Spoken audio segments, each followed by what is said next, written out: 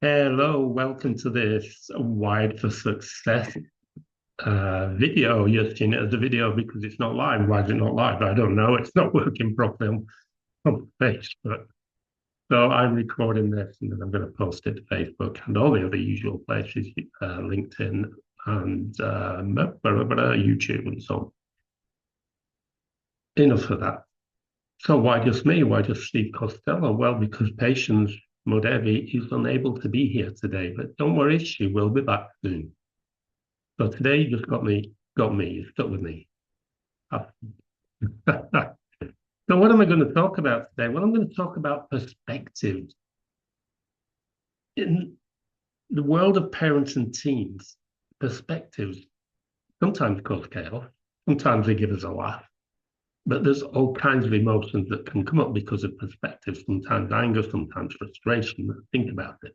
Different perspectives can cause all kinds of issues, good and bad, difficult and not so difficult. So let's have a think about them. I remember when I was a teen, my perspectives were not the same as my parents. They really weren't. My parents grew up post-war. Their experience of life, the universe, and everything was radically different. The world was changing when I was a child at a rate of not so unbelievable, and it's carried on doing that throughout my lifetime, at least. The rate of change, think about it. When I was, let's say, yeah, about 18 years old, there was no mobile phone. There was no internet. It wasn't far away, but those things didn't exist. And then they came along and wow, what a change they made. So the perspective of my perspective and my parents' perspective differed even more because my parents didn't get on board with the internet and with mobile phones for quite a while after they became, let's say, mainstream. But that's kind of a small example.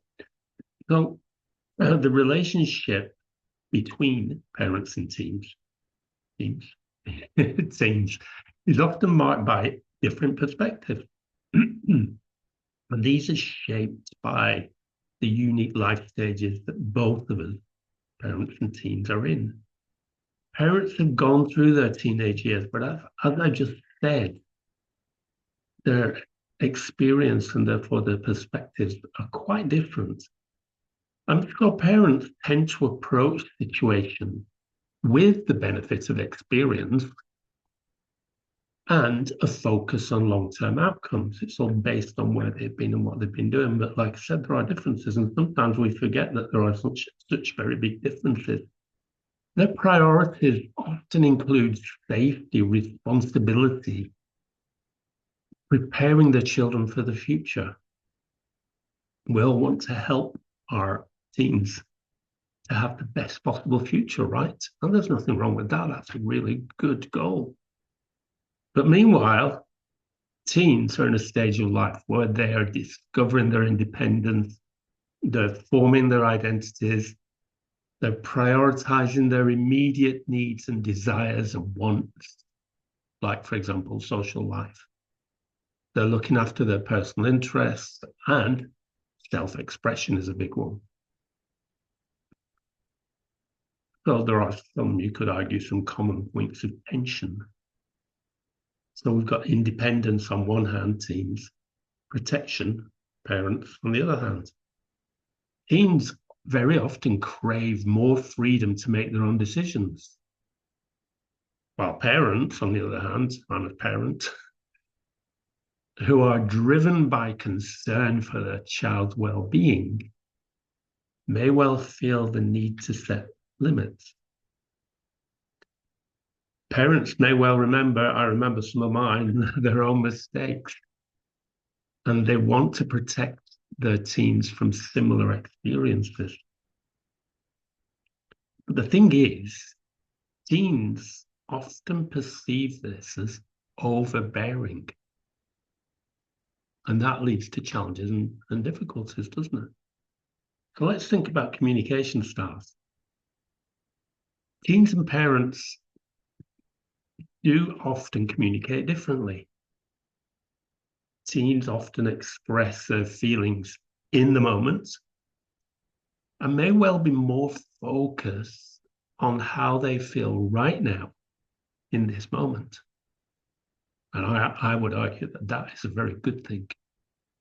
But yet, parents, on the other hand, might focus on practical solutions, or even, and I've come across this in my practice, they even dismiss teen emotions as being just a phase. So we need to think about that. Is it right to do that? I would argue not. What do you think? Let us know in the comments. Leave us a direct message. Get involved. So what about a perception of time?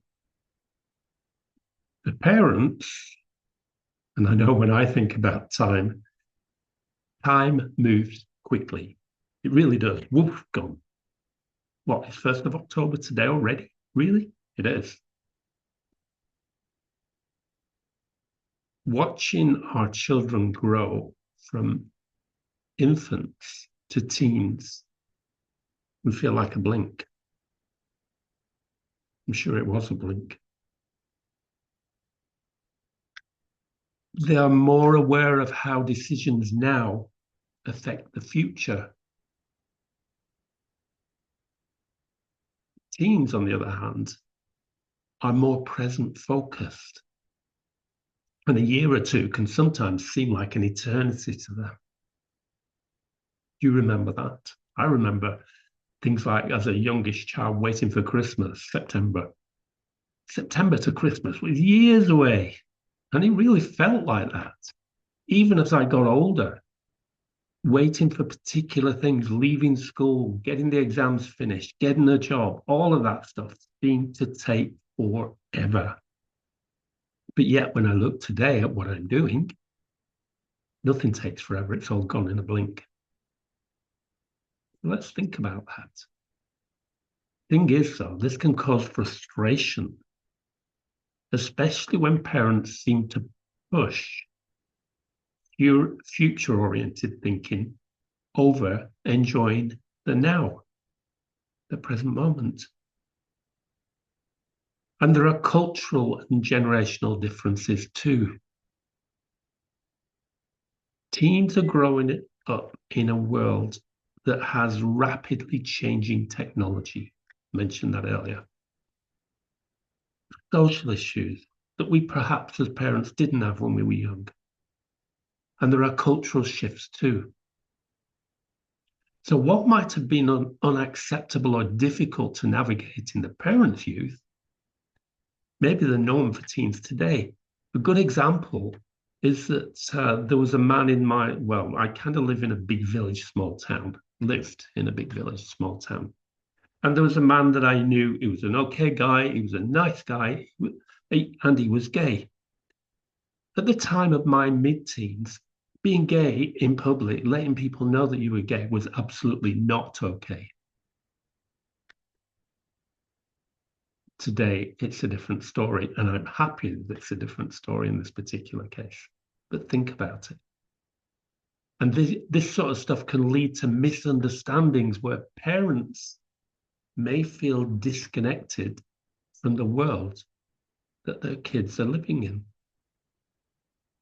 So it's up to us to stay connected, to find ways to be connected.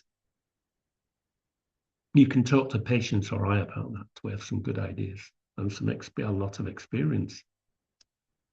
What about identity or even versus expectations? So our teens are busy trying to work out who they are.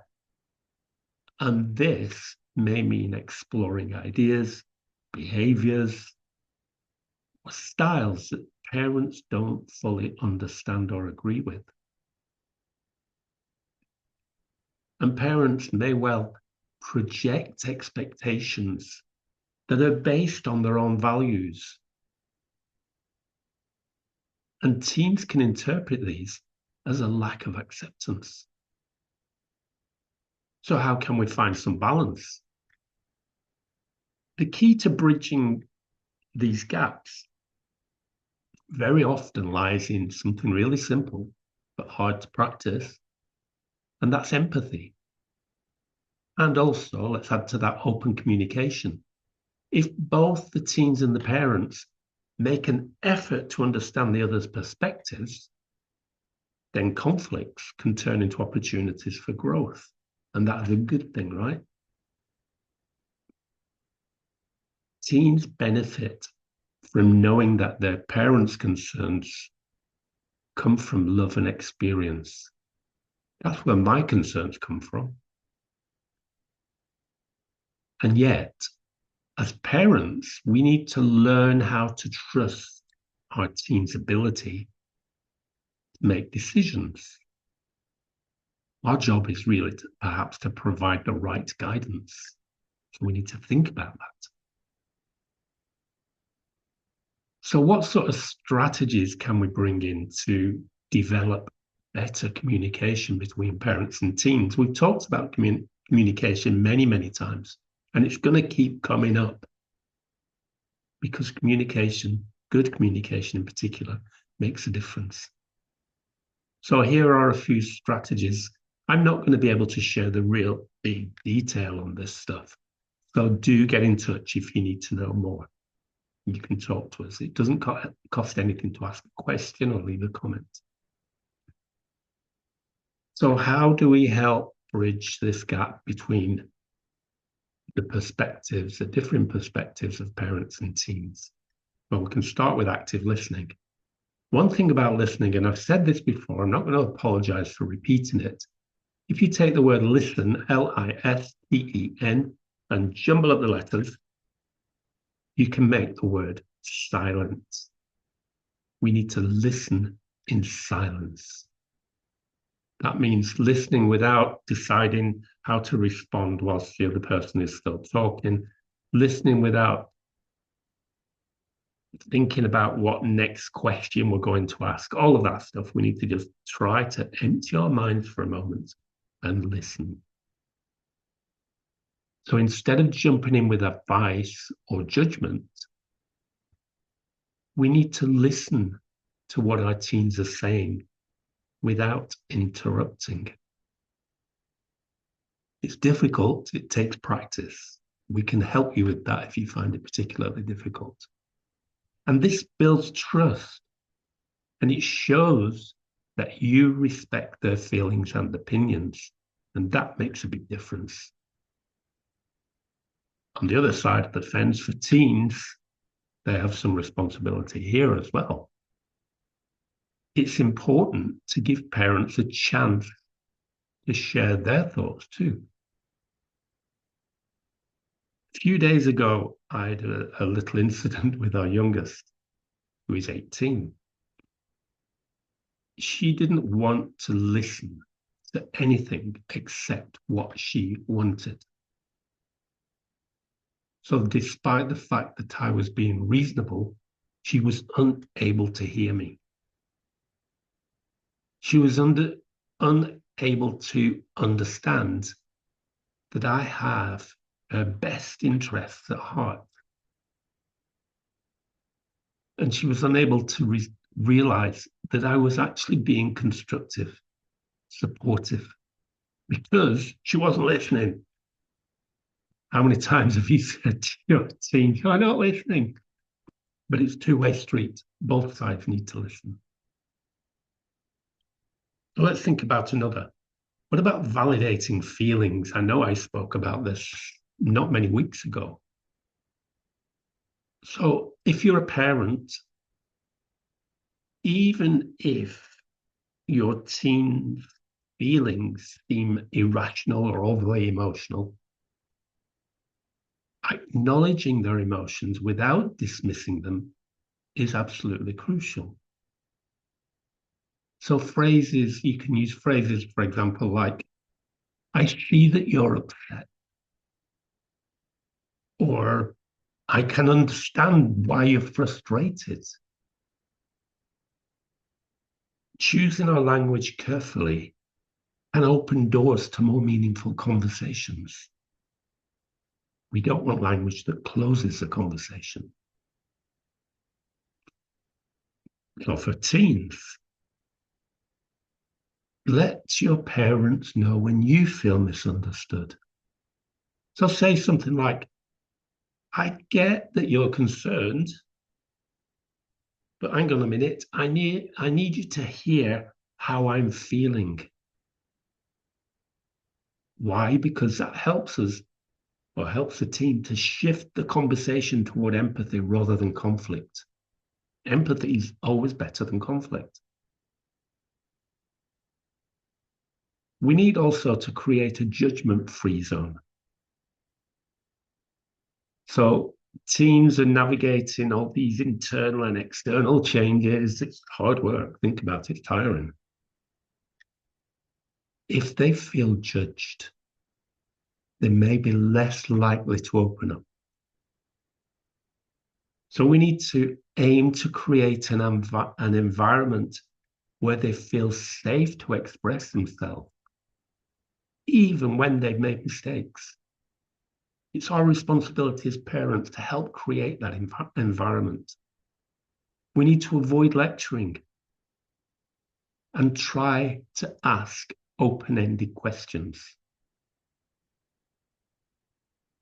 It's hard work being a team, yeah.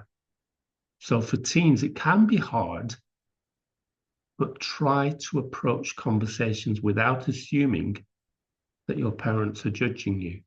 Parents are not the enemy. So start with statements like, I'd really like to share something with you, and I hope that you're able to listen without being mad, without yelling at me. Think about it. Think carefully about the language that you use. We need to set clear boundaries too that have room for negotiation. So for parents, while boundaries are necessary, excuse me, being overly strict can and often does lead to rebellion, because it happened with you. So where possible, include your teams in decision making. So for instance, discussing curfews or household rules helps them to feel that their voice matters. And that encourages cooperation. So for teens, if there is a feeling, you feel that a rule is not fair, so rather than break it, talk to your parents about why you disagree. What is it that makes you disagree with it? Why do you feel the way you feel? Approach it calmly and see if you can offer some compromises that still show responsibility. So, for example, Dad, can we try extending my curfew by 30 minutes if I check in with you?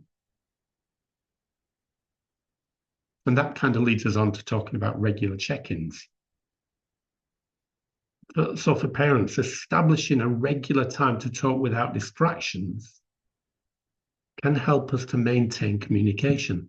This can be any time. It can be on the way to, my daughter plays rugby, it can be on the way to rugby training.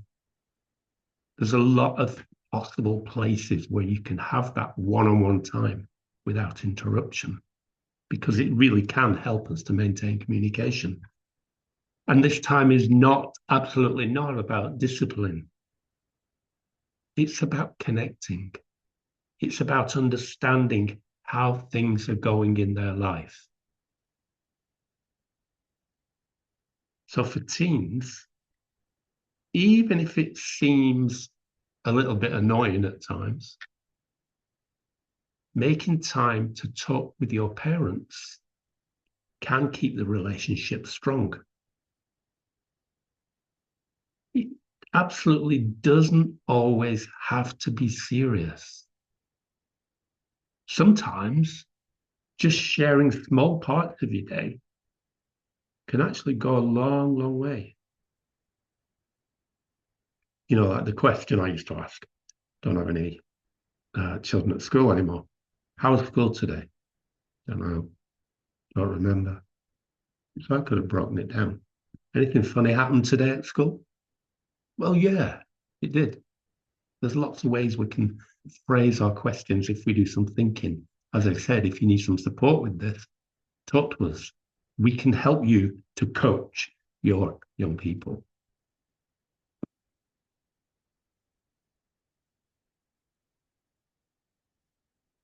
Let's think about vulnerability, and let's think about parents first. Sharing your own experiences of being a teen, including your mistakes, helps your teens see that you aren't perfect either. It makes you more relatable, and it can encourage them to open up about their own struggles. And for teens, letting your parents know when you're unsure or when something is bothering you also creates space for a real conversation. Think about it. So saying something, for example, like, I don't know how to handle this situation, but I'm working through it, shows maturity, and it invites support from your parents. Teen-parent relationships, one of the big things are about is finding common ground. So focusing on the values or activities you share, whether it's watching a favorite show together, watching a favorite Netflix series, discussing common interests, supporting each other's hobbies. There's a load of things, because these moments help us to build rapport. And a good rapport makes the difficult conversations easier. And we need to be patient as well. We need to practice patience. Adolescence is a phase of development. Our teens are going through many emotional and physical changes.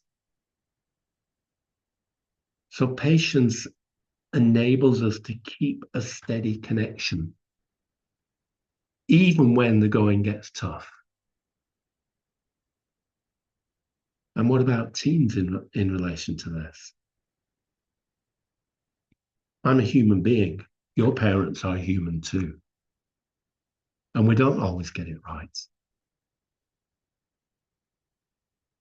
We need to be given the benefit of the doubt sometimes.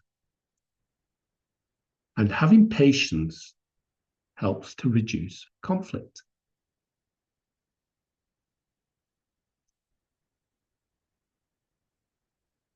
What about the use of, excuse me, oh dear. What about the use of I statements? If you read anything by Eckhart Tolle, he talks about the ego. So when we're making I statements, I did this, I do that, I think this, I think that. That's what he calls ego speak. And I agree, he's right. He gives a brilliant example of going to a restaurant. So you go to a restaurant, you order soup, you order soup as a starter. The soup arrives, taste it, it's cold. So call the serving person. Excuse me, please will you warm up this soup? And they take away the soup and they warm it up and bring it back. Thank you. As opposed to having a rant, this soup is cold, I don't want this soup. That's ego speak. The ego has been offended. But asking simply, please warm up this soup, is coming from a different place. Think about it. You can relate that to many, many things. So instead of blaming each other with things like, you never listen, or you're always strict, use things like how you feel without accusing the other person. So, for example, I'm going to use the word I feel upset when I'm not heard. Maybe that's the ego. But still, I feel upset when I'm not heard. Or parents, I get worried when I don't know where you are. Think about the language that you use. How do we stay calm during conflict? I like to talk with my clients about this thing that I call react and respond. So quite often, something happens, conflict. We don't think about it. We hear blah, blah, blah, blah, blah, bang. We dive in with a reaction. And what does that often do? It provokes another reaction from the person opposite, bang. And then another reaction. And then we're trading reactions and going nowhere until one of us tells the other one to be quiet or one of us leaves the room. Not helpful. How about this? Something happens, something is said. Take a breath. Breathe in through your nose, hold the breath, and gently breathe out through the mouth. And then respond. Think about those two words. If need be, look them up, Google them, whatever. React and respond. They're very different, and they bring very different results. So we've got to be careful. What we don't want is for arguments to escalate quickly because emotions are running high. So take a breath, as I said, or even a break if it's needed to cool down before resuming the conversation. It's okay to say, can we just hold this for a few minutes? Make a cup of tea, cup of coffee, a glass of water, whatever you need, and then go back. So we're allowing the reactions to fizzle away so that we can go back and respond. So you can use phrases like, I just need a few minutes. I need to gather my thoughts. Can we talk about this in a minute? Think about your language. Effective communication demands effort on both sides. When our teams feel heard and when they feel respected, and parents feel their guidance is acknowledged, the relationship can grow in a way that supports both independence and connection. So as always, as Patience and I always say, if you've got a comment, if you've got a question, please don't hesitate. Get in touch. We can support you. We have a lot of experience between us. Not only the personal experience, we have research experience, work experience, all of those experiences that are really can be helpful. If you would like to hear about some specific exercises and approaches that both parents and teams can use to work on improving communication, you need to do three things. Leave a comment, leave a direct message, or watch out for the posts that are coming up on the Wired for Success page on Facebook, because they're going to be talking about understanding each other and communicating. And they're going to be sharing exercises that you can use practically. Okay, that's enough from me for today. Have a brilliant day, and I'll speak to you again really soon with Patience, of course. See you next time. Bye for now.